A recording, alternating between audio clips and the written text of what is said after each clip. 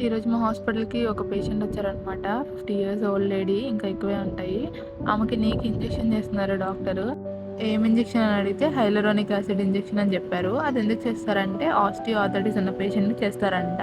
అసలు osteo arthritis అంటే మీకు తెలుసా? అసలు ఆస్టియో ఆర్థరైటిస్ అంటే ఏంటంటే మన నీ జాయింట్, హిప్ జాయింట్స్ ఇలాంటి జాయింట్స్ ఉండే మధ్యలో కార్టిలేజ్ ఉంటది కదా! అది డీజనరేట్ అయిపోతూ ఉంటదనమాట. ఎందుకు డీజనరేట్ డ్యామేజ్ అవుతుందనంటే బోన్స్ ఏవైతే 2 కనెక్ట్ అయ్యి ఉన్నాయో అవి రబ్బింగ్ అవ్వడం వల్ల ఊరికి అవి లోపల ఉన్న కార్టిలేజ్ అనేది డ్యామేజ్ అవుతూ ఉంటుంది. అందుకే ఇది ఎక్కువ ఓల్డర్ ఏజ్ ఉన్న పీపుల్‌లో చూస్తాము. వీళ్ళకేంటంటే మెట్లెక్కడం చాలా కష్టంగా ఉంటది. అలాగే నీ ఏదైతే ఉందో అది స్టిఫ్ అయిపోద్ది. ఇంకా స్వాలెన్ కూడా అవుతదనమాట. డయాగ్నోసిస్ ఏంటంటే ఎక్స్‌రే ద్వారాగా డాక్టర్ చూస్తారు. ఆ స్పేస్ ఏదైతే ఉందో అది నారోయింగ్ కనపడుతది. ట్రీట్మెంట్ ఏముండదు. కాకపోతే డైలీ ఎక్సర్సైజ్ చేసుకోవాలి. వెయిట్ లాస్ అవ్వాలి. చాలా ఇంపార్టెంట్. లేదు అంటే నీ ఇంజెక్షన్స్ చేయించుకోవాలి. లేదంటే ఫిజియోథెరపీ అన్నా చేయించుకోవాలి. ఒకవేళ అది క్రోనిక్ అయితే గనుక సర్జరీ దాకా ఎళ్తది. మీకు తెలుసా అక్కడ 3 లైన్స్ గీశారు కదా డాక్టర్. ఆ 3 లైన్స్ ఎందుకు గీశారో, ఆ లొకేషన్స్ ఏంటో మీకు తెలిస్తే కామెంట్ చేయండి.